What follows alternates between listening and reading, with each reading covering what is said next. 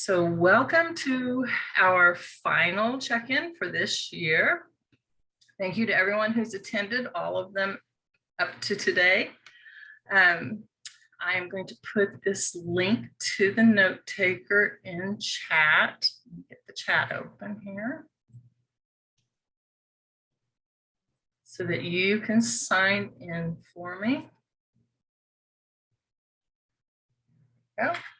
And if one of you will put that in, if anybody new joins for me, or send it to them, thank you.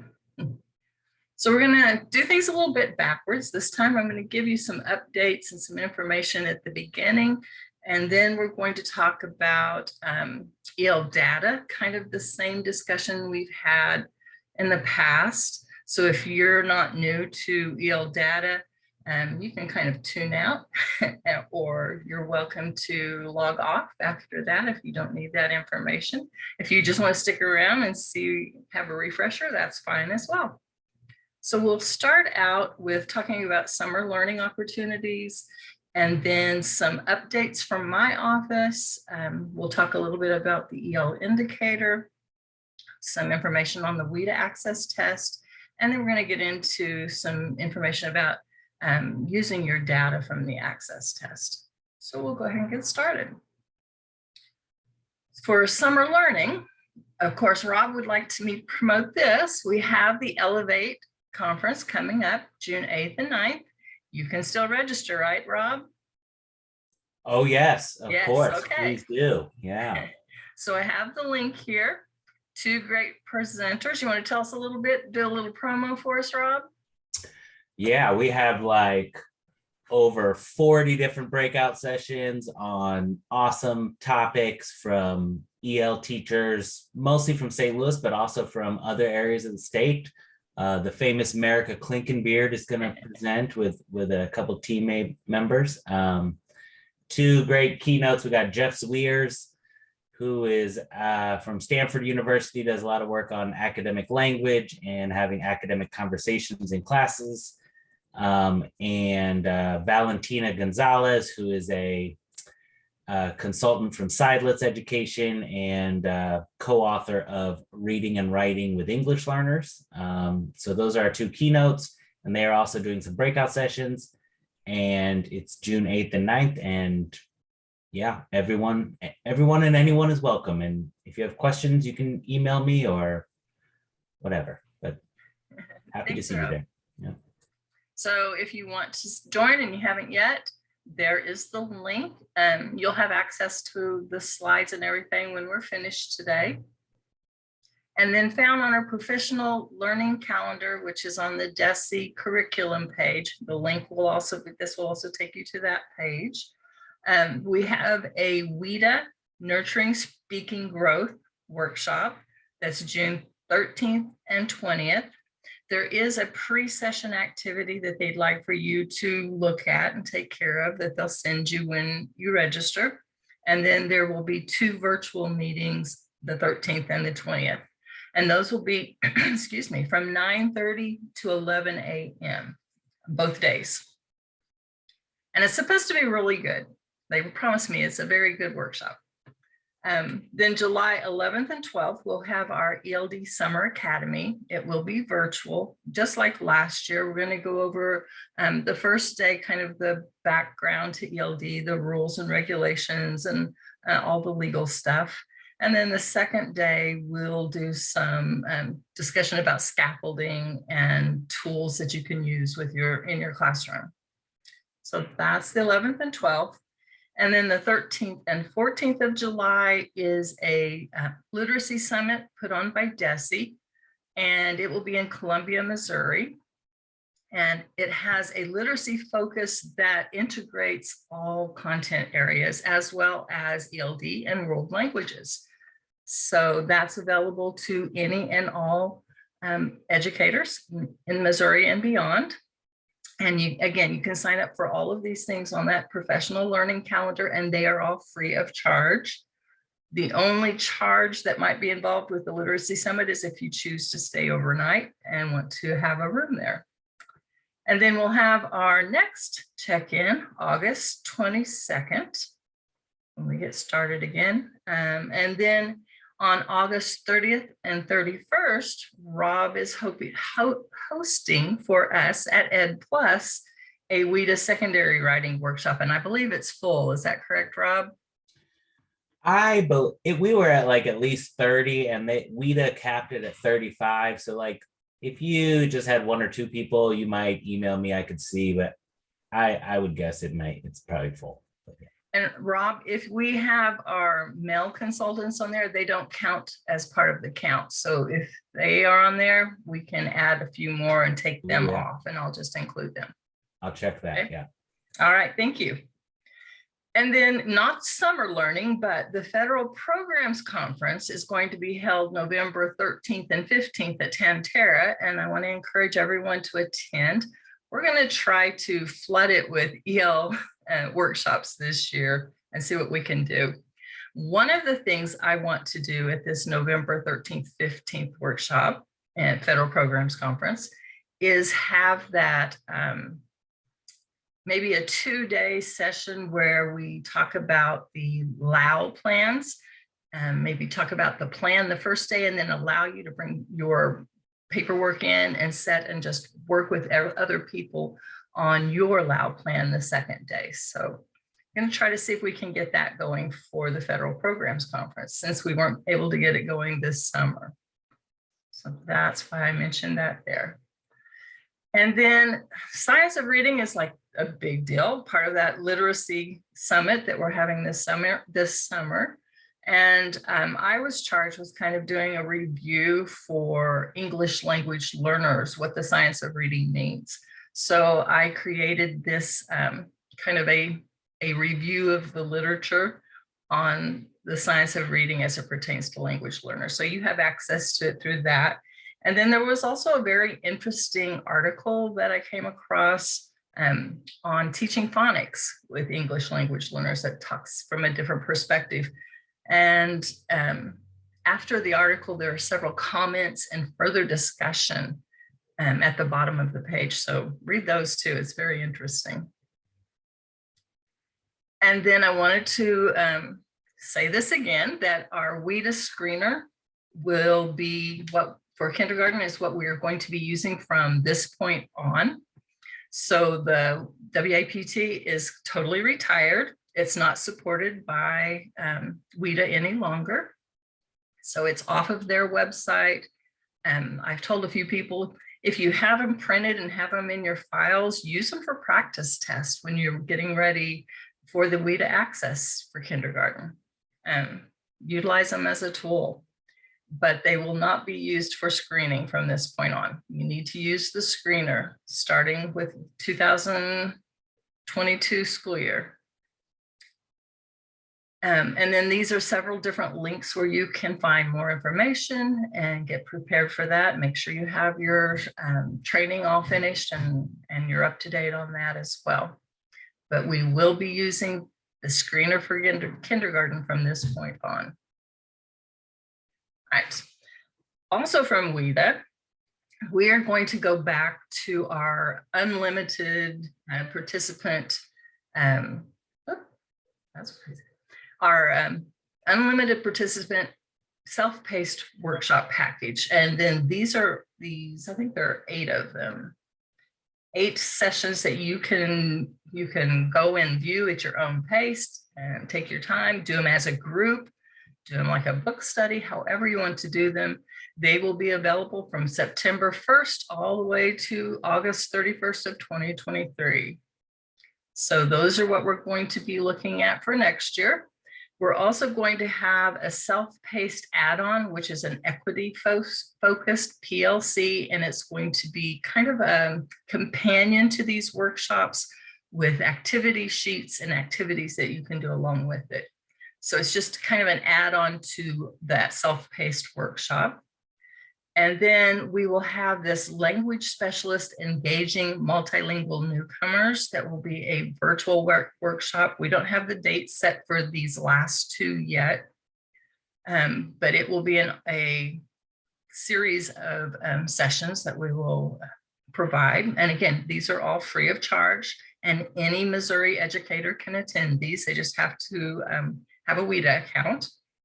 And if they don't have one, even your classroom teachers can sign up for one. And then this last one, teacher leaders planning with the WIDA standards framework, we're going to kind of be selective and invite people to attend this one. It will be for teacher leaders who will go out and share information with other districts and other teachers. So I've also been told that it's going to be very good and it's very well done. So that's what we have planned for next year. And then our ELD our male people and I are working on a series of videos that will look, this is just an example. It's not in its final stages yet, but we're working on a series of these 3 to 5 minute videos that you can watch if you have a question or information that will be housed on the DESE webpage. So they'll be quick, short, to the point, and give hopefully the needed information. I also almost have completed our frequently asked questions page, which will also be available at the beginning of the school year on the webpage. I wanted to share that. So we're going to go look at understanding the EL indicators. If you're wondering what the ELD indicator is part of, I've included the link here. It's part of the Missouri Consolidated Plan, which is a federal compliance. So this is something we report to the federal agencies. This year is going to be considered a pilot year when it comes to our indicator reporting. And then 2023 scores will start our next 3-year cycle. So you really don't have to start planning your indicators right now. Our emphasis instead is going to be on setting student goals and using the new WIDA standards with our students to show progress. So one of the things under ESSA's Title I reporting is that we increase the percentage of English learners making progress in achieving EL proficiency. So the important thing here is making progress in achieving. So we have to show progress both in their proficiency level and in student growth. When we look at the indicators, we're looking to see if the students are showing growth and compared to other students in Missouri, compared to the nation, and if they're meeting those proficiency levels. And we're also looking at your program. So if you're not showing growth, or if you're not showing progress over 3 years' time, it may be time to evaluate the program that you have in place. How well are your teachers trained? What are the roles of your specialists? What program design are you using? Those are questions we'll be asking. And the purpose is just to determine how effective your program is. Do you need to maybe change the type of instructional program? Do you need to change the way you set goals? Those are things to take into consideration. Or maybe you're doing a wonderful job and we need to find ways to promote what you're doing. But when we look at the indicators, we're looking at 2 things again, the achievement and the growth. So the achievement says, where are things at that moment? We're talking about 1 data point. And we're looking at growth, we're talking about change over time and multiple data points. So those are the 2 differences. The achievement, we're looking at that 4.7 proficiency, and the growth, we're looking mostly at scale scores to see if they've changed over time. So this is our ESSA-EL accountability formula. And this is where we have a lot of questions come. The N size equals 30. So over 3 years' time, each year you need to have 30 students that are English language learners. Doesn't have to be the same 30 students, but each of those 3 years you have to have 30 students that are English language learners to qualify for using this formula. If you don't have the EL N size, then you figure it without the EL what we call the academic English proficiency, or the AEP. So if you have English learners, that counts for 200 points of this accountability. If you don't, then it's portioned out into the other areas. Carrie, Okay? quick question. I just want to make sure that I'm correct. That Sure. N30 is per building, right? It's not district-wide, that 30 is each building. That's a good question. Let me think a moment, because you got me. I think it is per building, yes. It's per building. Okay, yes. Yes. Per service center. So you may not be, okay? And again, this is 3 years worth. So you're looking at 3 years time. Okay, so we've used this chart for several years, and because of the transition, we were not able to create new charts because of all the craziness with testing in the last few years. They don't consider what information we have as valid and reliable, because even though the tests were given the same for EL and everything, some of the tests were like allowed extra time to be administered. So some schools or some states started their tests about the same time we did, but they extended them clear to the beginning of the next school year just to get everyone in. And their test norming tables are only set for a certain amount of time. If they spread them out, it makes it less valid and reliable. Also, just with the whole nature of COVID and having things spread out and trying to get all the students in, they decided not to mess with trying to make new tables or norming charts or anything like that. So we're just reporting data so you can look at your individual students for growth. Okay. Let me go on to the next. I was just checking the chat to see if there's anything I needed to answer.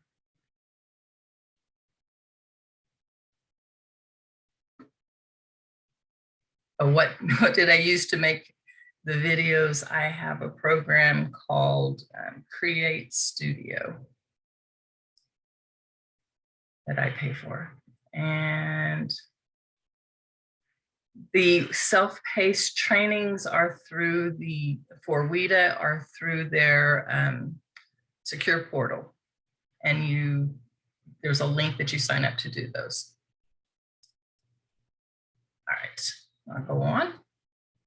So this chart, if you want to use it, continue using it. It's still, I went back and looked at like the last 5 years, and our data hasn't skewed too much from year to year. So it's very consistent. So when we're figuring the EL indicator, the very first step is something you should be doing every year anyway. They're looking at every student, what their previous score was, what this year's score is, and computing whether or not they've had growth or upward or downward. And then we look at that expected growth from that green chart and tell whether or not they met what we anticipated or not. Okay. You can see by this chart, our cohort 1 and cohort 2 goals that we have as a state. This is the final year, which this is what our anticipated, or what we anticipate your students should be able to accomplish. We have not met that the last couple of years. We're not anticipating meeting it this year because of all of the crazy that's gone on. But at the bottom here, it kind of tells you how we compute that information in normal years. If you want to go back and look at the process, it's very detailed and spelled out here. If you want a one-on-one workshop on how to do this, I'm happy to meet with you or any of our male people. Hopefully we'll be able to walk you through how to do this. But this is all done for you anyway. And when we send out the paperwork on the EL indicator, we've already computed all of this information for you. So you don't have to do it yourself, only if you want to do this on your own, but you don't have to. And these next few slides show exactly how to figure this information. It's over, like I said, 3 years time, and then we average the 3 years to give you your AEP score at the end. Hey, Cammie. Yes, sir. I have a teeny interjection about the N size, in that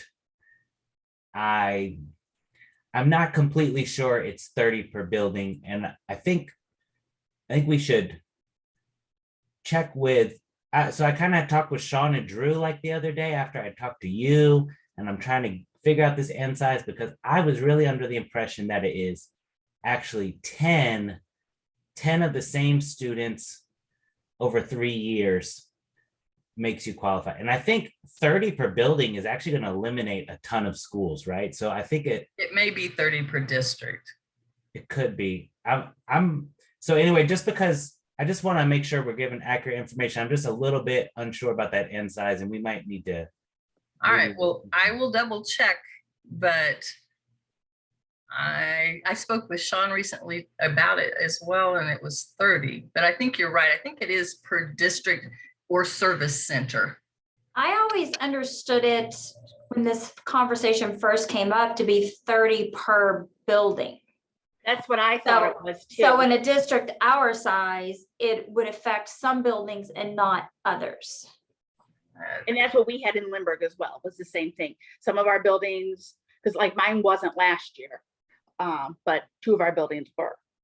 Well, in the past, it's always been 30 per service center. So I'm thinking that would be building, but I will double check to make certain on it. Okay, thank So we you. have the right information.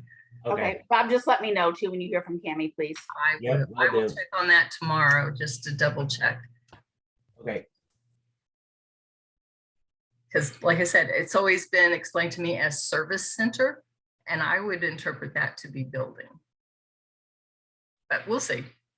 Anyway, when you get all of this computed and everything, we get it from all of the districts. We lay them out from the highest to the lowest score as far as their overall score.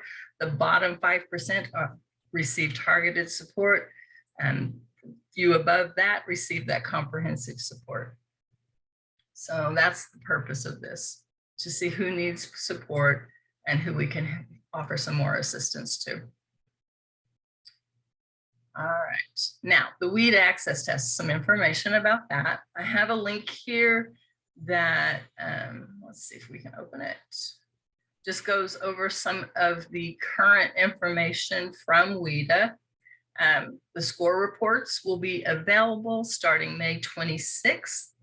You can print them yourself and look at them. The printed reports won't arrive until July 15th.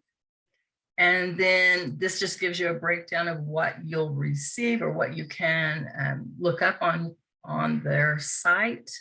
And then it gives you information about what the printed reports will look at, and then some resources that are available to you. So I'm going to go back to this one. So something I want to make sure that everyone looks at and is aware of is that, when you get this preliminary information prior to that post-reporting validation, look at your information, look at this year's, compare it to last year's, make sure they match up. A lot of times we will get a student, like from last year, they have their father's last name, and then this year they put them on with their mother's last name. And if you don't have the same name, when we get the reports, they're listed as a different person. And so when we go to make those 3-year check on the information, they don't match up. And so they don't get included. So one thing that Drew Lincoln, who handles all of our that kind of data for us, he has gone through the last 5 years data, one student at a time, checking for that information and making sure we're not missing people who didn't match up. Maybe they had the wrong birth year listed on 1 year in their core data, or again, their last name may be listed differently. If those don't match up, that skews our data for Missouri. So it's really important that you look at that information when you're doing your post-data validation report and making sure that they match up. It really helps us to make sure our data is valid and reliable, and we can run those reports and catch all the students we need to catch. Okay, so I just wanted to stress that. Make sure that you really look at those. And when I did it in the district I worked at, I farmed that out to my ELD teachers and had them look at their student data and told them and stress the importance that this is accurate. So make sure that you have someone, if you have a large district, have someone help you, but go through all of it. It's very important. I can't stress that enough. It's very important that you look at that and get it correct. It saves us a lot of work and make sure we don't miss students. So the final data delivery on WIDA AMS will be July 8th. That means that's when they put everything in. If you have questions, reach out to DRC. They are wonderful to talk to, and they usually have things taken care of really quickly, have those answers right away. So they're really helpful. And then I wanted to let you know, Drew will be out of the office from 5:20 to 5:30. And he won't have access to email or voicemail at that time. So if you send him a question, be patient. You can always send it to me and I'll try to answer and find the answer for you. But then he's going to be out, after he gets back, he's going to be out again from June 6th to 10th, but he will be checking email and voicemail during that time period. The other thing I wanted to share with you is that WIDA has released their new interpretive guide. So it does answer a lot of the questions you may have about your score reports. For instance, I had a question yesterday about, excuse me, since we've changed to the new 2020 standards, and the new 2020 standards don't match up with the can-do statements that are usually at the bottom of the score reports. Will they have those on there? So I called WIDA and had a discussion about that with them. For now, they will still have those can-do statements at the bottom. They are working to redo the access test so that it more closely matches the new standards. And they said, I think it was 2025, 26, they will have those ready to go and to be field tested. And then after that, they will be more meshed with the new standards.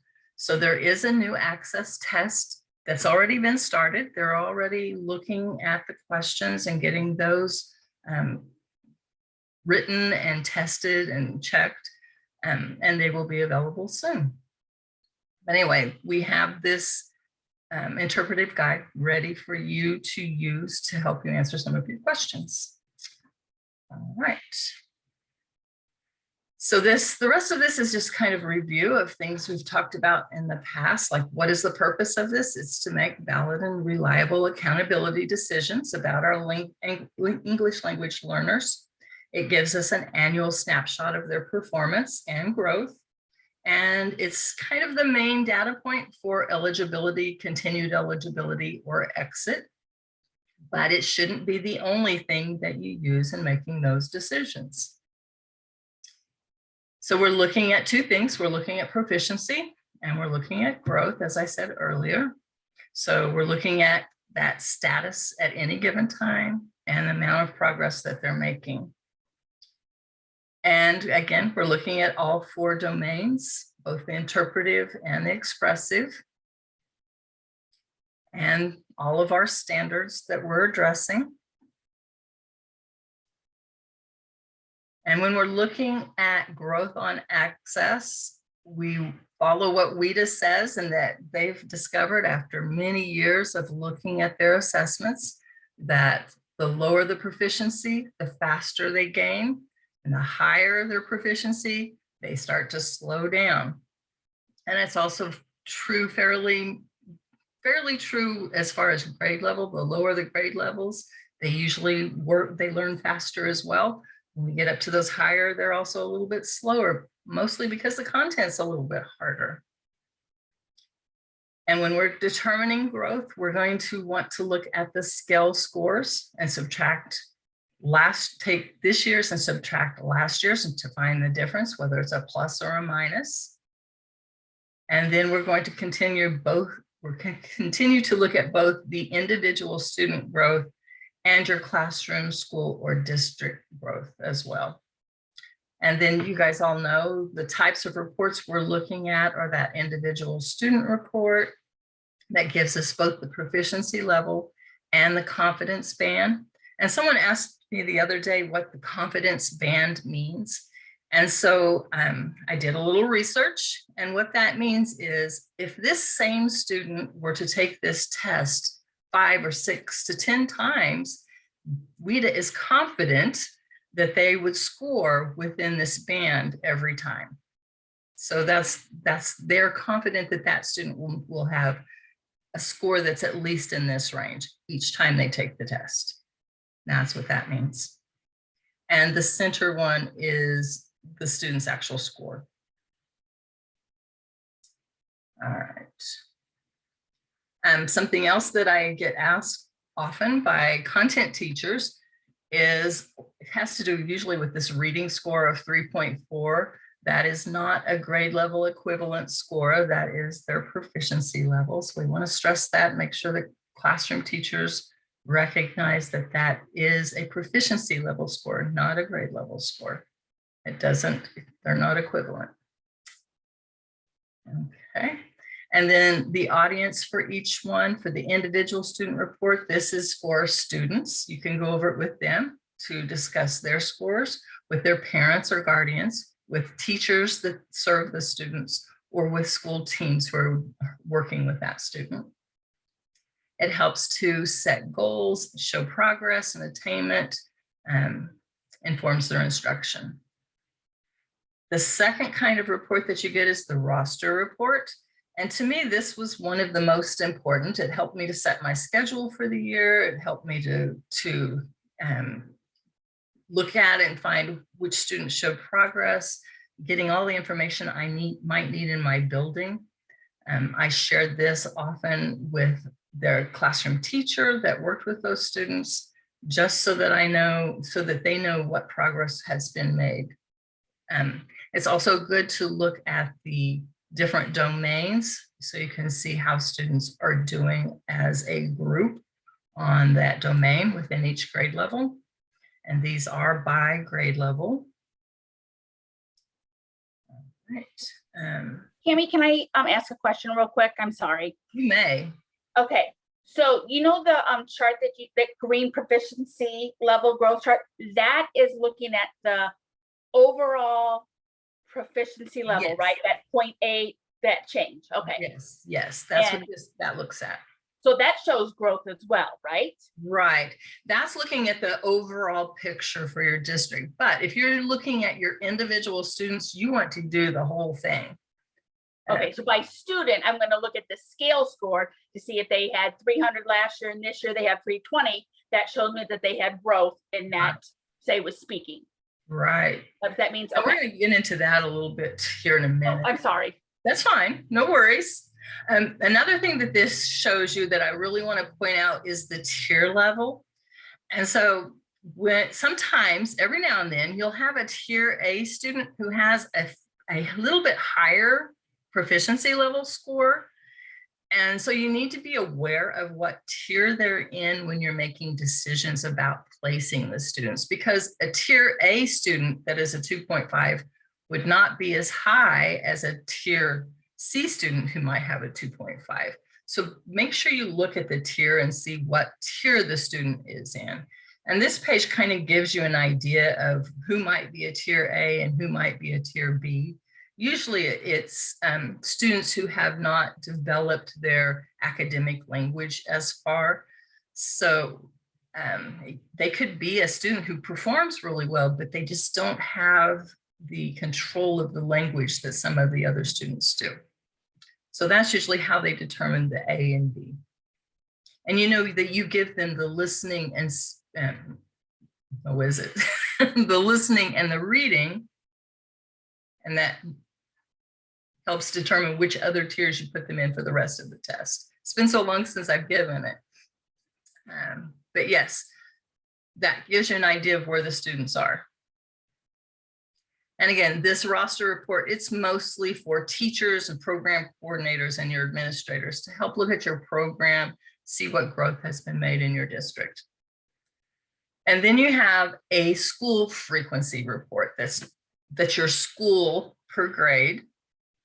Well, that's what that one was. Hang on a minute. Student roster. Okay, that's your all of your students.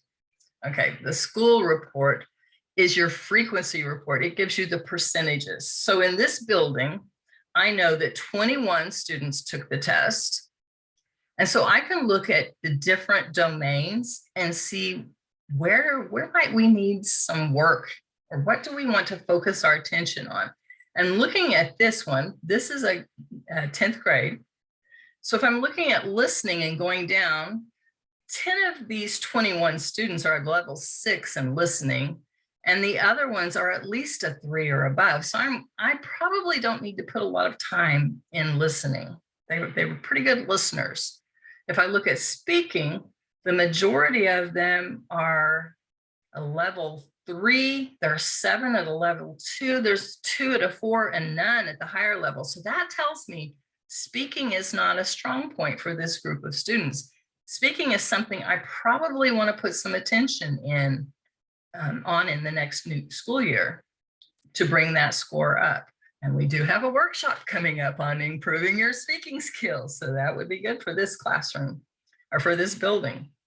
Okay, so looking at reading, again, there's 5 at the 3, 8 at 5, and 5 at 6. Reading is not, it's one of the skills that they're really struggling with.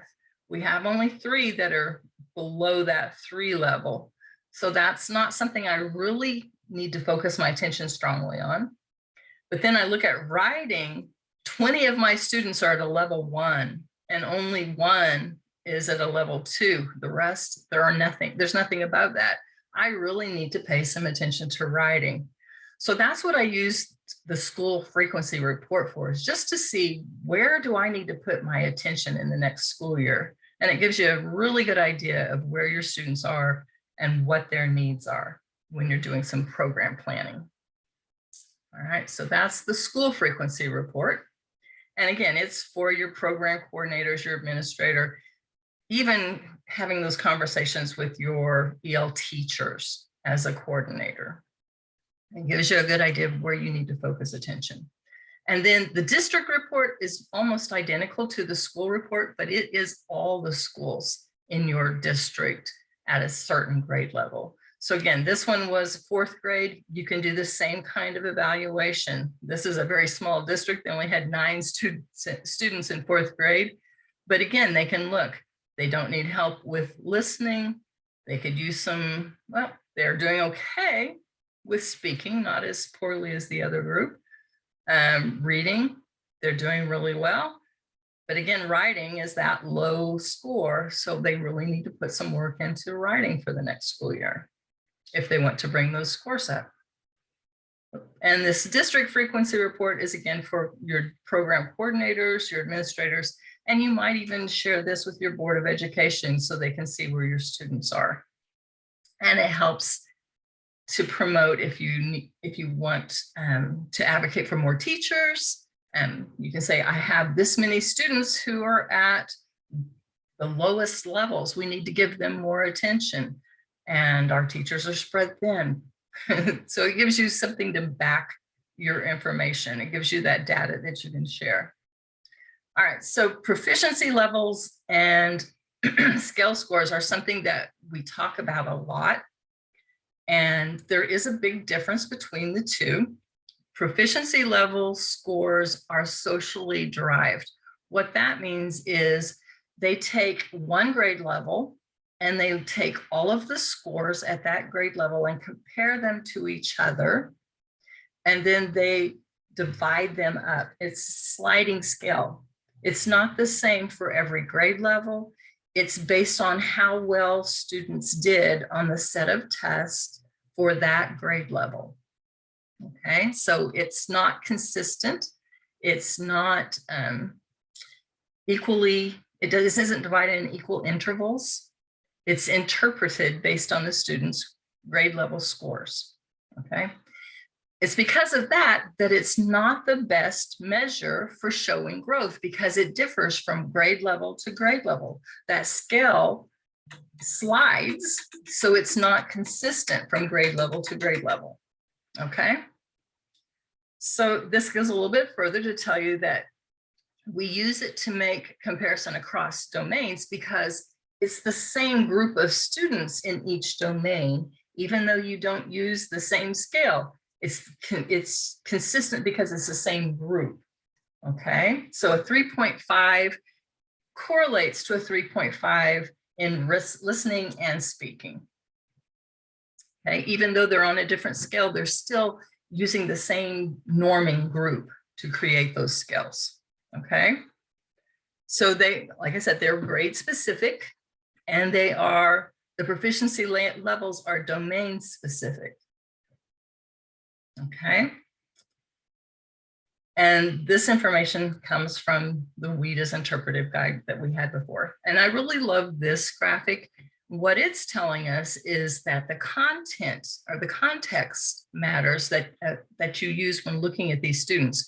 So if we have a student in 2nd grade, 6th grade, and 8th grade, and they all took a math test and all of them got an A on their math test, we can't consider this 2nd grade student and send them to 8th grade and ask them to take the math test and expect them to get an A because what they're testing on is different. And that's the same way that the WIDA test is set up. There is specific information for 2nd grade, 6th grade, and 8th grade, and they may do an excellent job on the 2nd grade test, but that 380 that they earned on the 2nd grade test is not going to be the same on the 8th grade test. So what was an A for him is not exactly an A for the 8th grader, even though each grade level, that's where they were. Does that make sense? So we have to take into consideration where they are in their grade and what we can expect, what content they're learning at that time. All right. Scale scores, on the other hand, are psychometrically derived. And what that means is they take every score and they stack one on top of another in equal intervals. And they look at all scores, all grades, all test forms to make this chart in each domain. So they'll take listening and they'll take all the scores from listening and stack them one on top of the other, and then they divide them equally, okay? Most of the scores, they range from 100 to 600, but there aren't very many students who score above a 500. That's like the top. We can make comparisons across grade levels, but not across domains. As I said, each domain has their own stack of scores, okay? So if a student has a proficiency level or a scale score level of 355, that 355 in 3rd grade is a 5.2, but in 4th grade, that would be a 4.6, and in 5th grade, that would be a 4.0, because they fall at different intervals on that scale. And this kind of gives you a better idea. They take the same question and they give it to all the students in a grade level.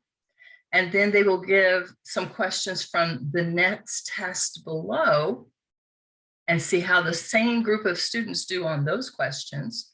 Then they'll give them some questions from the next test above, maybe, and see how they do with those questions, just to find how each student, which ones are easier and which ones are harder. And then they stack those questions by difficulty level to give you an idea of which questions are harder and which ones are easier. And that's what they expect all students to do. And it's not just a small sample. This is like millions of questions and scores that they look at. So it's a large sampling, and they've done it for several years. So they feel like their information is reliable. And because of that, you can look at one student as they progress through the years on that same chart to show growth. And that's why we say the scale score is the best to look at for determining growth. These are the bands that we use, but they're not available right now. So if you would like to use the old bands, that's perfectly okay. As I said, they haven't changed a lot from one year to the next. They're not going to be based on current information, but they'll be close. So if you just want a general idea, you can go ahead and use the old charts that we had. If you click on the link here, it will take you to one that I developed that I used with my classroom. And oops, it's going to want you to make a copy so that your information isn't on my chart. Let me see if I can get it to open. There we go. So I gave you a sample class and it tells you what tier they're in.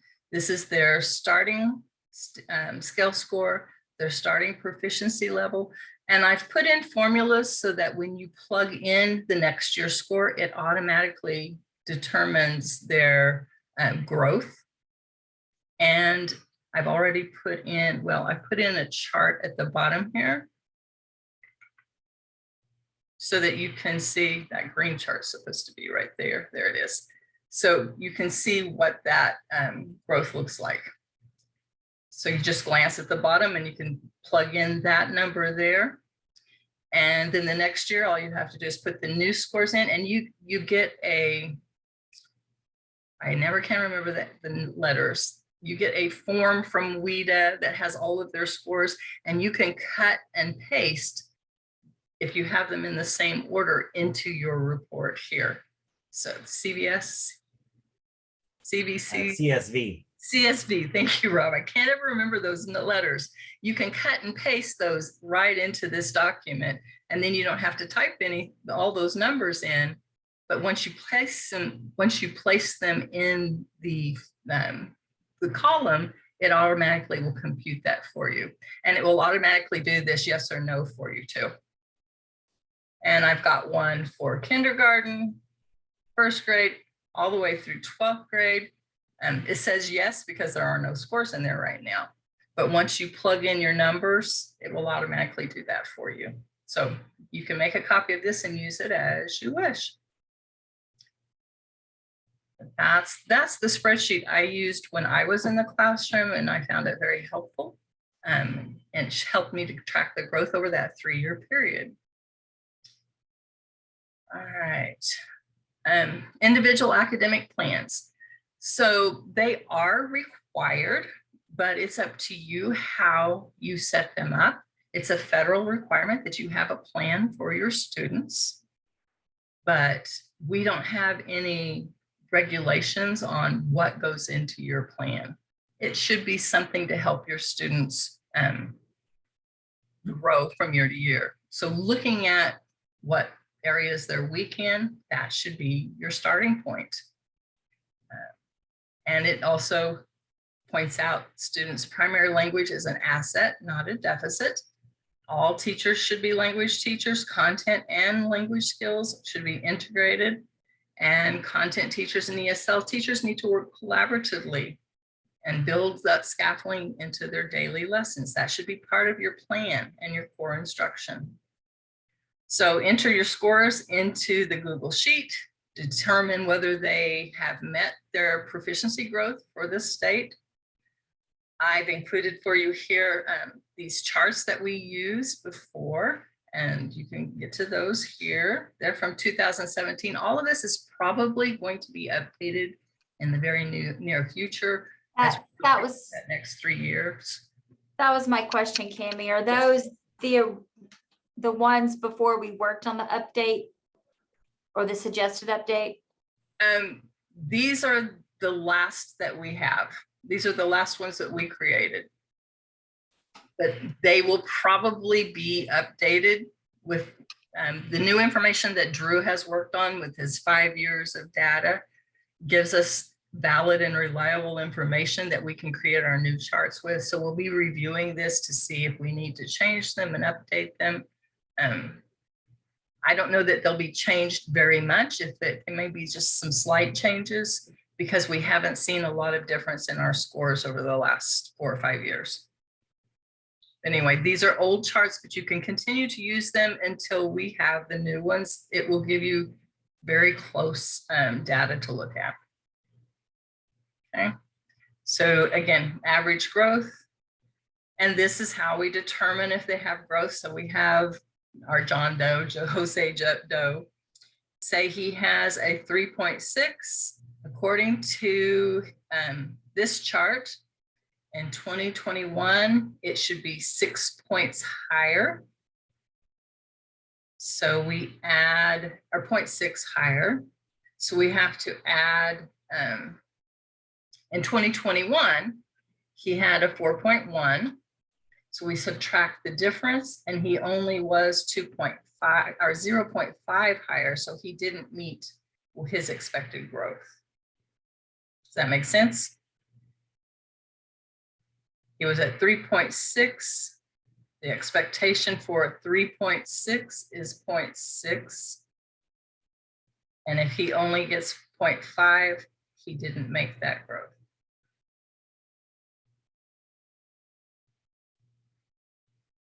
So I guess this student was in second grade starting out. So in third grade, he had to have that much growth. So that's how you use that chart. There is an editable chart for that. These are those growth charts where you can plot your information, one for each grade level. So if you wanted to chart the points of your students on for each student on a graph, I've provided that for you there. So you can make growth charts to add your own student data per grade level, and it would look something like this. So I had this student was at a 3.7, so I'm going to chart them at a 3.7. This one was a 1.8. They had 55-point growth, so I plot their growth there. This one was a 2.1. They made a negative 33. I plot them there. And this student had 30 points growth. And then this one is a newcomer, didn't have scores for that year. And then there's a video here that Ryan did several years ago that helps you kind of understand these charts and how you put the information in it if you need a refresher on that. And then step 3, review all of your data using your graphs, your charts that you've created to figure out if that student is performing average, above average, or below average. And then you need to ask the questions, why are they performing this way? Why are they at this point? Do we need to change their goals? Do we need to look at our program? Do we need to look at our materials that we're using? Do our teachers need some professional development? After you've kind of talked through all of that, you add this information to the student's portfolio, save it in their data file so that you have it on an ongoing basis to look back at. If you change teachers, you have the information there so that they can look at where the student is. So the finished product would look something like that. If you did it by hand, you could also do this on the computer.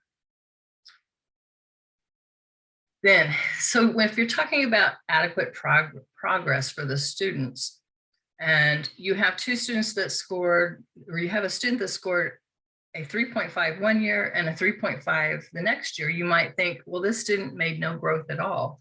That's why we say, look at scale scores, because if they had a 355 one year and they had a 361 the next year, well, yes, they had 6 points growth. So they're still growing. It might not be as much as you want, but in 10th and 11th grade, when they get to those higher grades, we don't see as much growth from year to year, but they are still growing. So you can see that the scale score gives you a more accurate picture of where the student is. Have they made adequate progress? Maybe not, but they are still growing. We're going to look at a way you can check to see if they're meeting the goals. I also provided you with this here. So we have by grade level, this is the cut score they need to get a 4.7. So you can see how close they are to achieving that 4.7 by scale score, which sometimes helps you with determining whether you want to use a portfolio to go ahead and exit them from the program. I also have for you this by grade, by proficiency level, the cut score at each level. So in order to get from a 2 to a 3, if they were a 229 for proficiency level 2, they need to get to a 261 for proficiency level 3. I'll go back to this. So 355 to 361 from 10th to 11, so 355, and they got to 361. In 11th grade, they're still proficiency level 3, but they've increased a little bit. So that gives you an idea of where you can see how much progress they actually have made. And if they're close to this, so if they were getting close to proficiency level 4, they needed to be closer to a 397, which they just made a little bit of progress.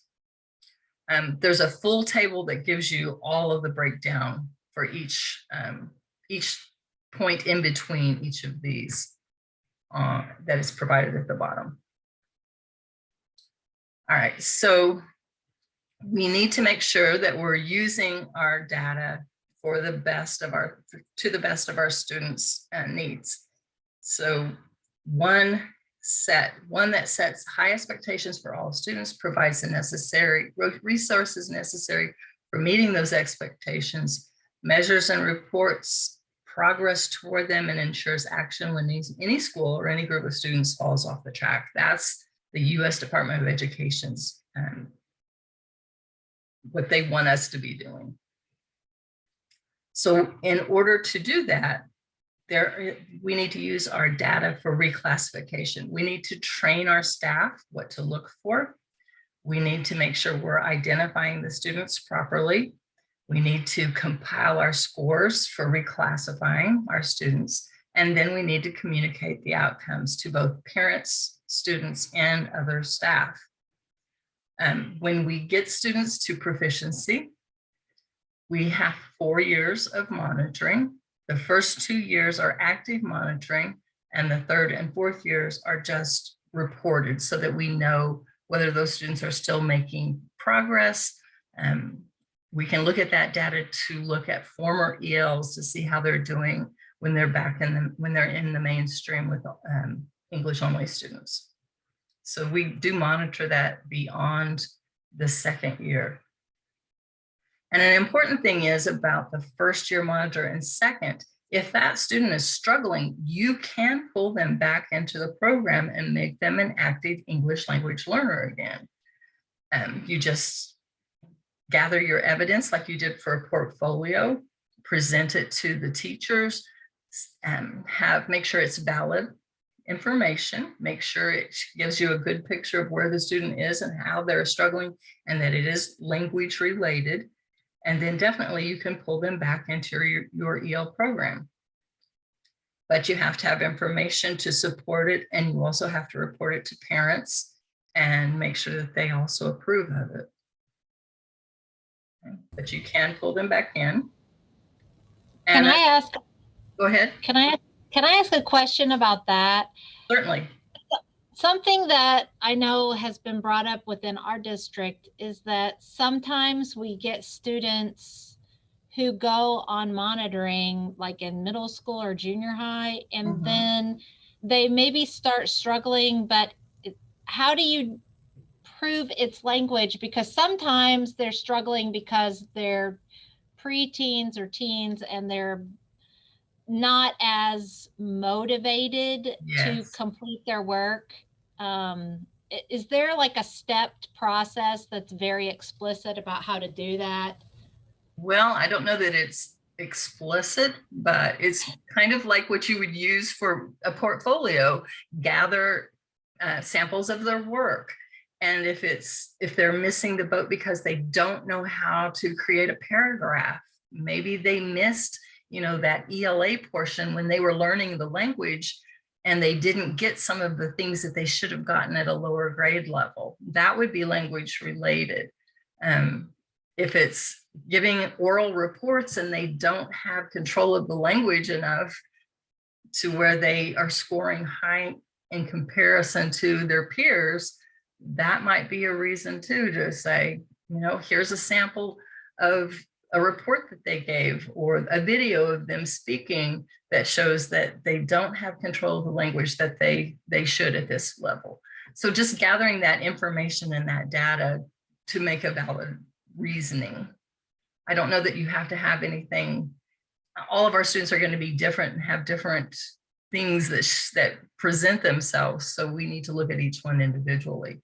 So it might be hard to come up with a distinct set of criteria, but just how do they look in comparison to like peers? Are they progressing at the same level? All right, that's helpful. Thank you. All right, and as always, we go back to the Castaneda's three-prong test. Make sure that your program is based on sound educational theory or on research. It's implemented with adequate and appropriate resources, including the number of teachers you have, and results in academic outcomes. And that's where our proficiency level growth and year-to-year growth comes into play. All right, this part says questions. If you have any more, you can always contact me or your MEL specialist. They're happy to answer questions. And then this says, I know it's been a challenging year, but thank you for hanging in there, for sticking with it, and continuing with EL. We've had a lot of people leave the profession this year, and our numbers are really down. Districts are struggling to find EL teachers to replace those who have left. So thank you for hanging in there and doing what you do. There is an evaluation on the last page and on the note taker, but I'm going to go back to questions if you have any about this year or next year.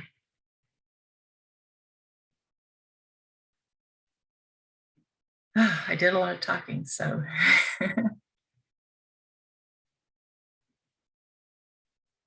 Cami? Yes, Ron. You went the scale scores. Did you say you had a document that shows like the in between? So if I want to know like what a scale score is for 4.7, sure, grade. This full tape, there's a full table here. Okay. So it breaks it down all the way to each score. That's good. It takes a little while to load. I hadn't seen that before. There we go. So for listening, all the way from 100 to 600, and it tells you what score each one of those is. So if you wanted to see how many points you need to get to the next level, this tells you exactly what you would need. And it also gives you an idea of how it's broken up. Mm-hmm. So it's kind of cool to look through and just check out how they've broken it down. And again, they look at all of the scores and the questions, and that gives them an idea of how they divide this up.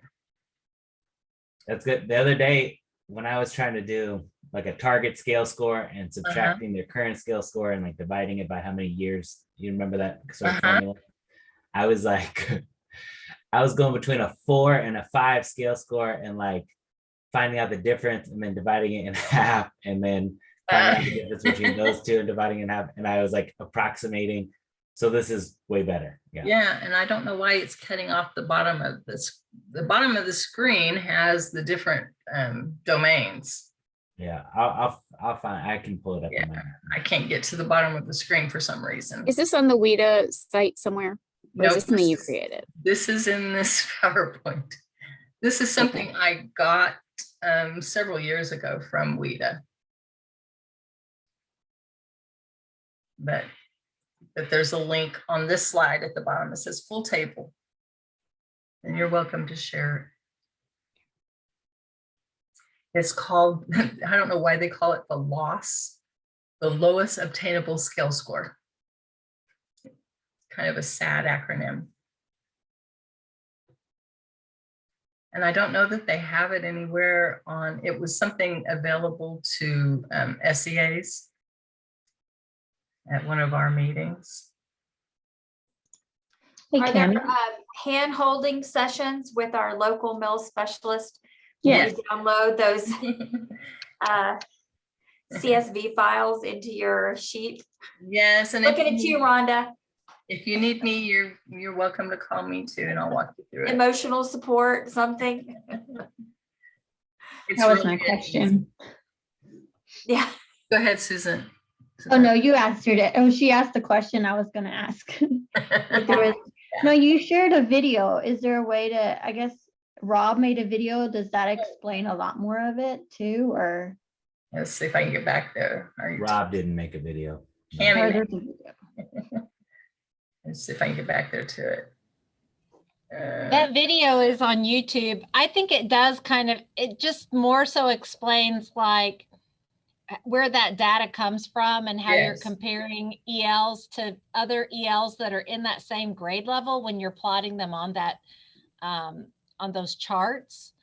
I always, when I share my data report with all the teachers, it shows them the kind of growth they've had, but I also share this video because I feel like the classroom teachers need to understand what that means and what those scores mean. And I feel like that video explains it really well. Because I've seen you use this before, Tracy, and I actually was looking at WIDA and I was looking for all this information. So I'm glad I'm sitting in the session and getting all this. So thank you. There's the link to the video. Okay. But you can get to it from the slides as well. Okay. And Thank Brian Rumpf made it several years ago, and it's still accurate information, so there's no need to repeat it. Hopefully it still takes you there. I know he took down his web page, so hopefully. Where's that linked on this slide? It's on slide number 60. Okay. And I will share this out with you when we're finished and put the link on our hub.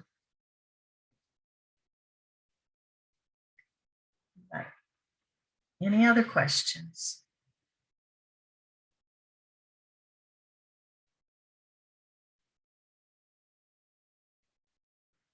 Anytime you need further support, contact me or one of your mail people. We're happy to help and do what we can, or we'll find the answers for you. And I'm going to get a refresher from Sean on the data indicators this week. Just to make sure we're giving the right information. He and I are presenting at Elevate, so there's another reason to go to Elevate. We'll have all the right information then. We are so excited about Elevate. We're getting a van. I'm bringing four or five teachers. Wonderful. Good to hear. I love it. I will have, I do my best to have the video and the slides and everything loaded onto our hub by the end of the day. And the hub you can get to on my DESE page. I don't know if you guys, okay, so let me show you real quick how to do that. So if you go to, let me get to the DESE homepage. I'll start at the homepage just to help you out here. So if you go to dese.mo.gov and you hover over this, it says educators. Come over here to where it says curriculum. Click on curriculum.